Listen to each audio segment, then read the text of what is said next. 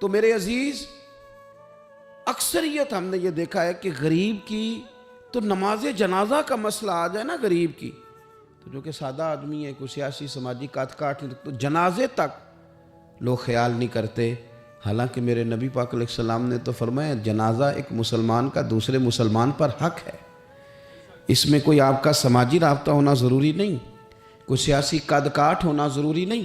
یہ تو ایک مسلمان کا دوسرے مسلمان پر حق ہے، اور حق اچھے طریقے سے ادا کرنے کی کوشش کرنا چاہیے. حدیث پاک سنی حضرت ابو امامہ بن سہل بن حنیف رضی اللہ تعالیٰ عنہ حدیث کے راوی ہیں. اس حدیث کو امام نسائی رحمۃ اللہ تعالیٰ علیہ نے نقل کیا ہے. ارشاد فرماتے ہیں کہ اطراف مدینہ کے گاؤں میں سے ایک عورت بیمار ہو گئی.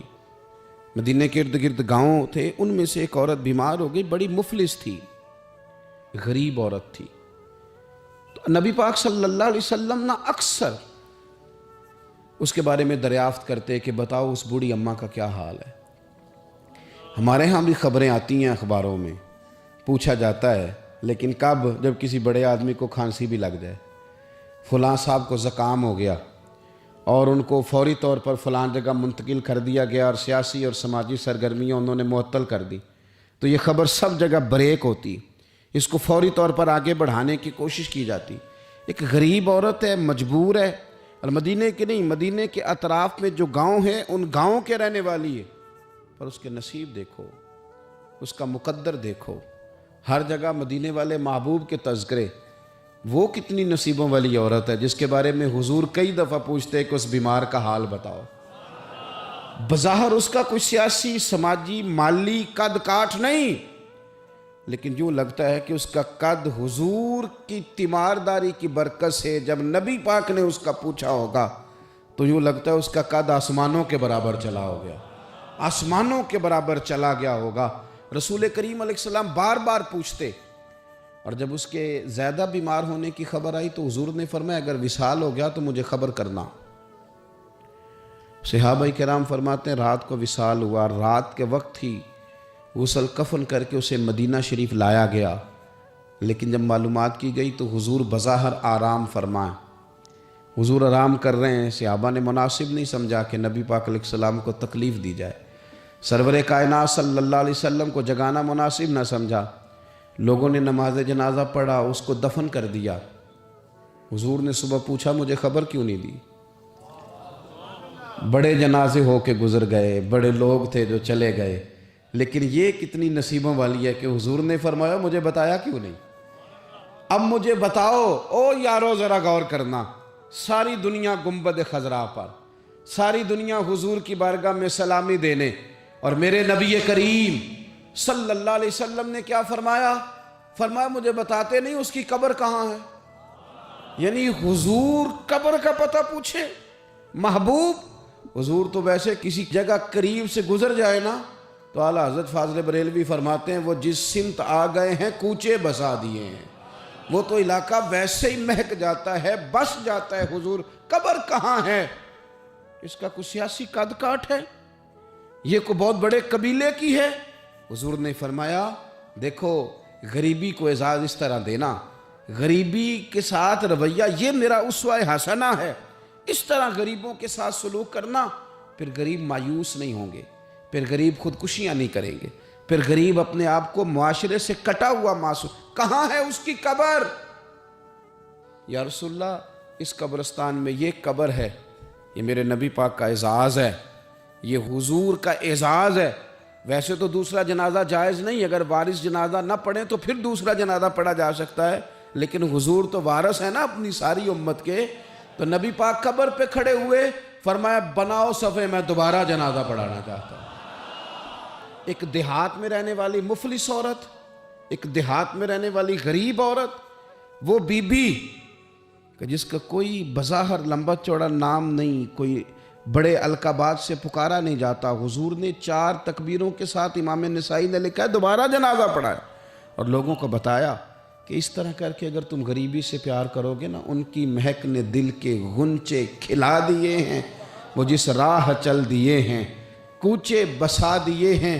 اور کیا خوبصورت انداز ہے فاضل بریلوی کا، کہنے لگے کہ میں مجرم ہوا کا مجھے ساتھ لے لو. کہ رستے میں ہیں جا بجا تھانے والے. حضور آپ مہربانی کریں، ایک دفعہ تشریف لائیں، میرا بازو پکڑ کے مجھے گزار دیں. وہ کتنی نصیبوں والی ہے کہ بن بلائے ہی محبوب اس کی قبر پہ پہنچ گئے ہیں. آپ جب تھوڑا تھوڑا نا، زیادہ نہیں تو اپنے ملازمین کے ساتھ ہی،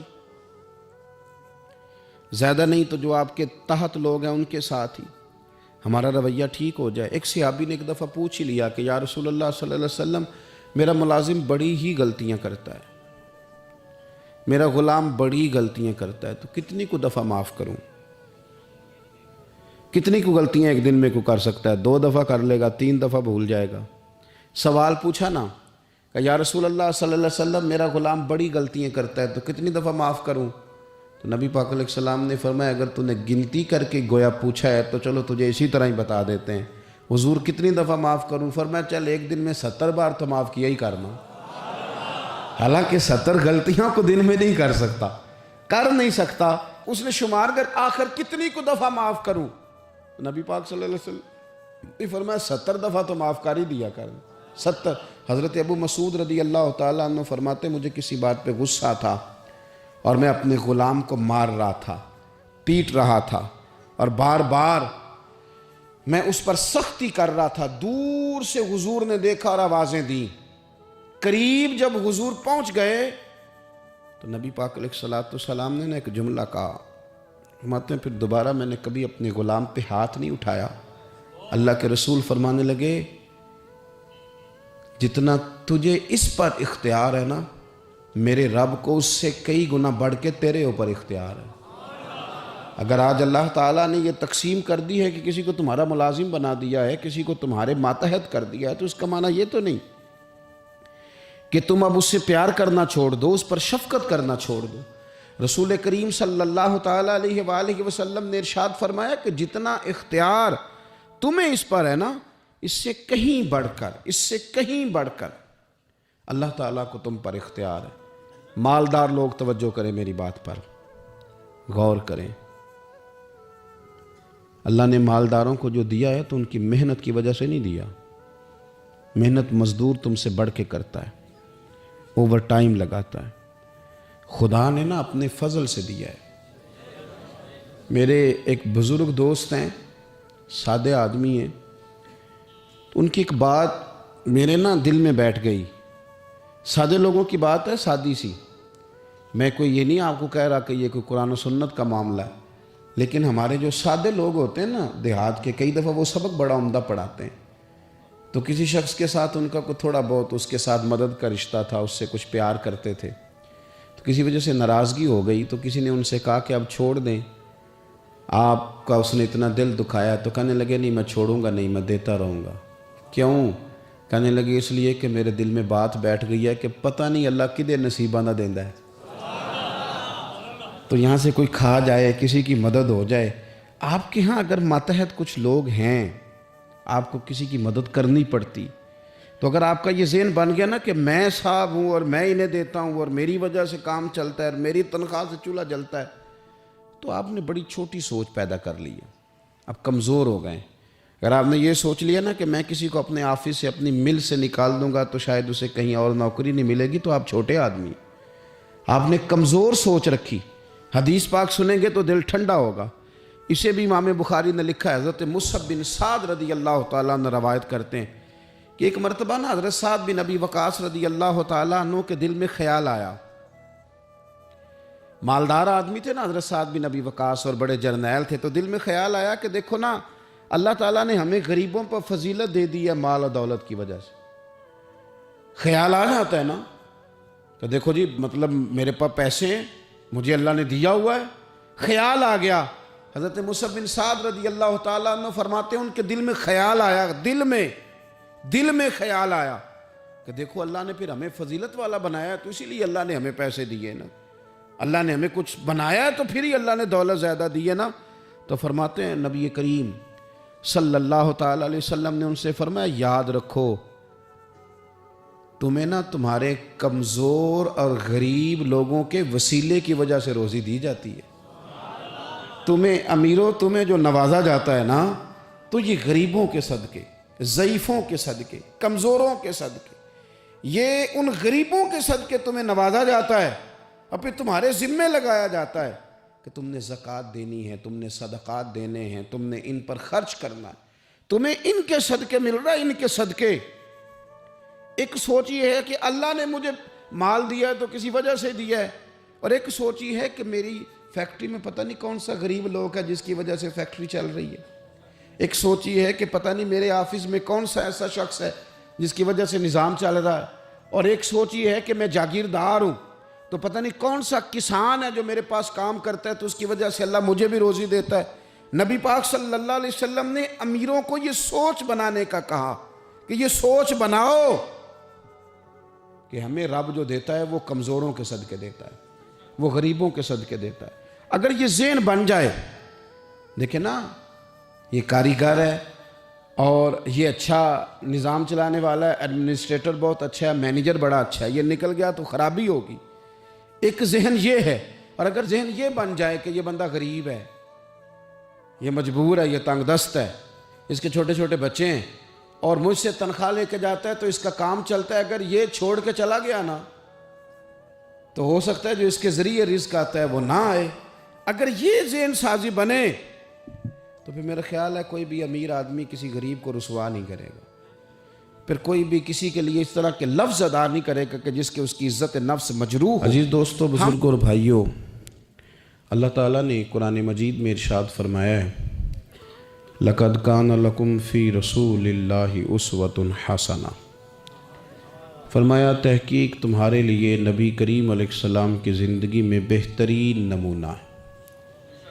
حضور صلی اللہ تعالیٰ علیہ وآلہ وسلم کے زندگی کے جو لمحات ہیں، حضور کی جو سیرت مبارکہ ہے، بہترین چیز تمہارے لیے وہی ہے۔ اگر کسی شخص نے کچھ سیکھنا ہو، کچھ حاصل کرنا ہو اور اپنے شب و روز اس نے اطمینان سے گزارنے ہوں، بہت ساری جسمانی ذہنی اذیتوں سے اس نے بچنا ہو، اور اگر وہ چاہے کہ زندگی میں تکلیفیں اور اذیتیں بھی آئیں تو وہ بھی مجھے میٹھی لگیں، اور زندگی کے اندر غربت اور پریشانی بھی آئے تو وہ بھی مجھے سکون ہی دے جائے، تو پھر اس کا بہترین حال یہ ہے کہ وہ رسول کریم علیہ السلام کے طریقوں پہ عمل کرے۔